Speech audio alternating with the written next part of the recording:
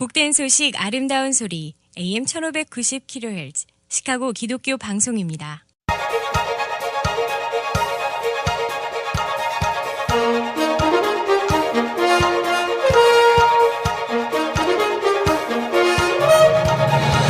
김정일 해설위원의 시사 해설. 세상을 넓게 봅니다. 삶의 지평이 넓어집니다.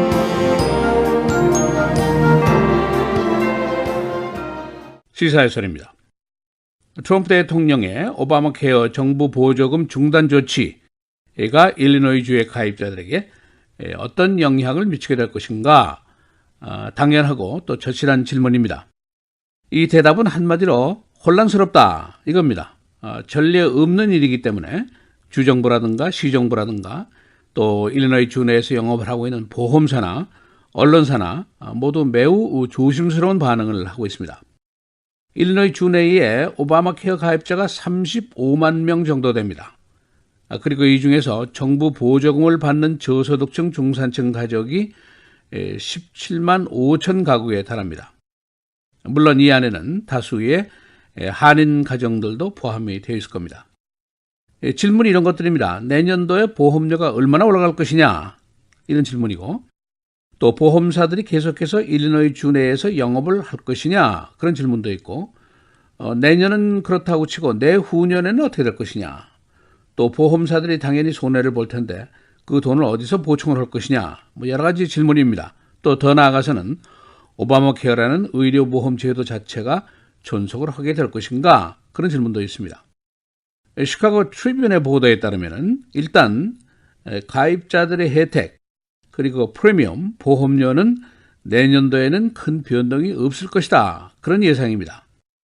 그러나 보험사들이 저소득층 보험을 위한 정부 보조금이 끊기게 되는데, 다시 말해서 보험사들이 돈이 덜 들어오게 되는데 그냥 변경 없이 서비스를 계속할 수 있을 것인가? 여기에 대한 설명은 확실한 것이 나온 것이 없습니다. 대부분의 질문에 대한 언론사들의 반응은 confusion, 혼란스럽다, uncertainty, 불투명하다 이런 식으로 얘기를 하고 있습니다. 그만큼 사태가 확실하지 않다는 얘기입니다. 오늘은 이번 사태 이후에 일리노이주 오바마 케어 가입자들에 미칠 영향은 어떤 것인지 지금까지 나온 이야기들을 종합해 보겠습니다. 일리노이 주 보험국의 디렉터인 제니퍼 허먼이라는 사람의 이야기입니다. 일리노이 주 보험 가입자는 안심해도 좋을 것이다. 2018년도 보험료는 변경이 없을 것이다. 옵션도 계속 존재를 할 것이다. 그런 예상을 하고 있습니다. 그 이유는 일리노이 주가 이미 이런 사태를 예상을 했고 소비자 보호를 위해서 인슈런스 회사들과 함께 수개월 동안 준비를 해왔었다. 여기까지 이야기를 하고 있습니다. 다시 말해서 일리노이 주의 오바마 케어 가입자 소비자들은 2018년도 보험에서 보험료 인상은 없을 것이다 라는 얘기인데, 이미 보험사들이 2018년도 보험료 계획을 제출을 했습니다. 그런데 여기에 변동이 없다는 뜻인데, 보험사들이 이미 2018년도 보험 계획을 제출한 것에는 보험료가 16에서 37%까지 인상이 있을 것이다 하는 통보를 한 상태입니다. 여기에서 더 변동은 없다. 그런 말입니다. 일리노이 주 내 오바마 케어 익스체인지 마켓에서 가장 큰 보험 회사가 블루크로스 블루쉴드입니다. 이 회사가 지난 금요일에 스테이트먼트를 내고 내년도 일리노이 주 보험 마켓에서 계속 잔류를 우리는 할 것이다 라고 발표를 했습니다. 그러나 그 외에 이제 큰 보험사들이 있는데, 가령 시그나 보험이라든가 헬스 얼라이언스 메디컬 플랜이라든가 이런 보험사들은 일리노이 주에서 내년도에도 영업을 계속 하겠다 안 하겠다에 대해서 확실하게 말을 하지를 않고 있습니다. 아마 사태를 좀 더 관망하겠다 그런 뜻이겠죠. 그런데 이제 보험 업무 전문가에 따르면은 보험사가 정부 보조금이 끊길 경우에 보험 시장에서 탈퇴할 수 있다. 그런 권리를 갖고 있는 것으로 계약을 했다. 그런 이야기를 하고 있습니다. 일리노이 주의 보험 가입자들의 선택의 폭은 크게 줄어들 것이 틀림이 없습니다. 내년도 일리노이 주 내에서 13개 카운티에는 단 한 개의 보험사만이 영업을 하게 되어 있습니다. 그러니까 소비자의 선택의 여지가 없습니다. 오바마 케어 가입자는 그냥 영업을 하는 유일한 보험회사에 서비스를 받는 데 그치게 되어 있습니다. 지난 금요일 날 트럼프 대통령이 이 조치를 한 이후에 전국에서 18개 주가 트럼프 대통령의 정부 보조금 지급 중단 조치를 막아달라라고 법원에 함께 제소를 했습니다. 일리노이 주도 여기에 포함이 되어 있습니다. 지난 주말에 트럼프 대통령이 오바마 케어의 저소득층 가입자들에게 제공이 되어 오던 정부 보조금을 지급 중단하겠다 하고 조치를 한 이후에 정치권 내에서 비난 그리고 지지, 공방전이 계속이 되고 있습니다. 민주당 측에서는 이것은 사보타지다, 방해고 파괴 행위다 이렇게 공격을 했고 지난 주말에는 한 걸음 더 나가서 트럼프 대통령의 조치는 arsen이다, 방화 조치다 그런 혹평까지 나왔습니다. 그러니까 트럼프 대통령이 공화당 의회가 3번이나 오바마 케어 철폐를 시도하다가 실패를 하니까 몹시 화가 난 끝에 불을 지른 것이나 마찬가지다. 이제 그런 혹평까지 나왔습니다. 그러나 이제 반대 측에서는 공화당 쪽에서는 정부 보조금 지급은 보험사에 대한 베일아웃이다. 구제금융이다. 보험사가 손해보는 것을 왜 국가 세금으로 충당을 해야 되느냐. 그런 이제 반문입니다. 또 의회 인준이 없이 불법적인 세금 지출을 한 것은 잘못된 것이다. 이제 그런 주장도 있습니다. 실제로 지난주에 설명드린 대로 연방 법원이 오바마 케어의 정부 지원 보조금을 불법이다라고 판결을 한 적이 있습니다.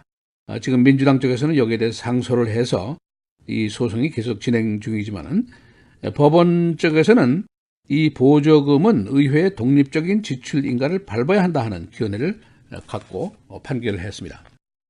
그런가 하면은 공화당 의원이고 오바마 케어 철폐에 반대표를 던졌던 3명의 의원 중에 한 사람인 수잔 콜린스 상원의원은 이런 얘기를 했습니다. 정부 보조금이라는 것이 보험사에 대한 구제금융이 결코 아니다. 국민들 중에 저소득층, 취약한 국민들을 보호하기 위해서 세금을 쓴 것이다. 그런 견해를 피력했습니다.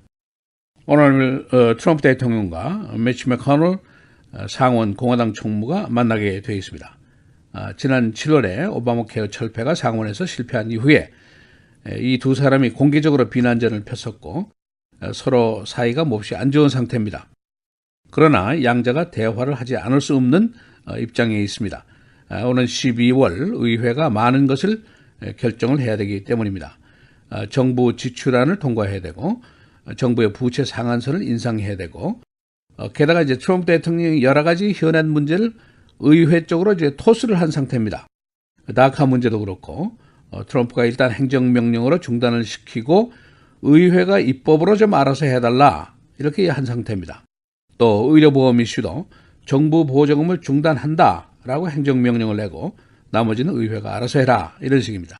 또 이란의 핵협정 문제도 나는 승인도 하지 않겠고 탈퇴도 하지 않겠다라고 얘기를 하고 의회가 결정해라 이런 행보를 트럼프가 계속 밟고 있습니다.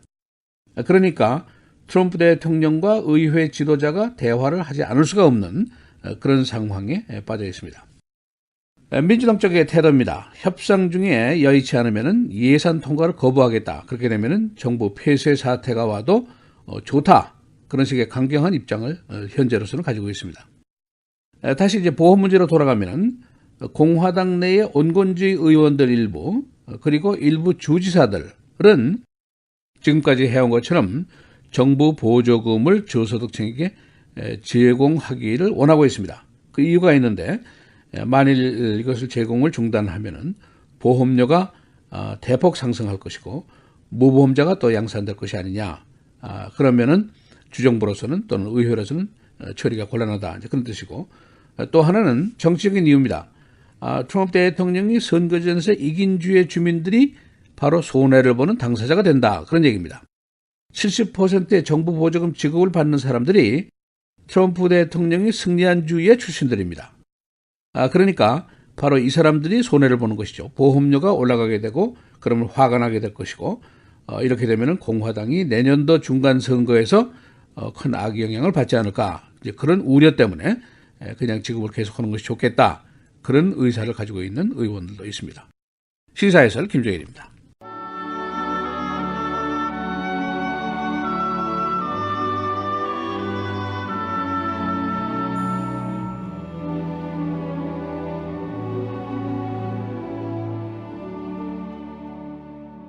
너희가 세례로 그리스도와 함께 장사되고 또 죽은 자들 가운데서 그를 일으키신 하나님의 역사를 믿음으로 말미암아 그 안에서 함께 일으키심을 받았느니라.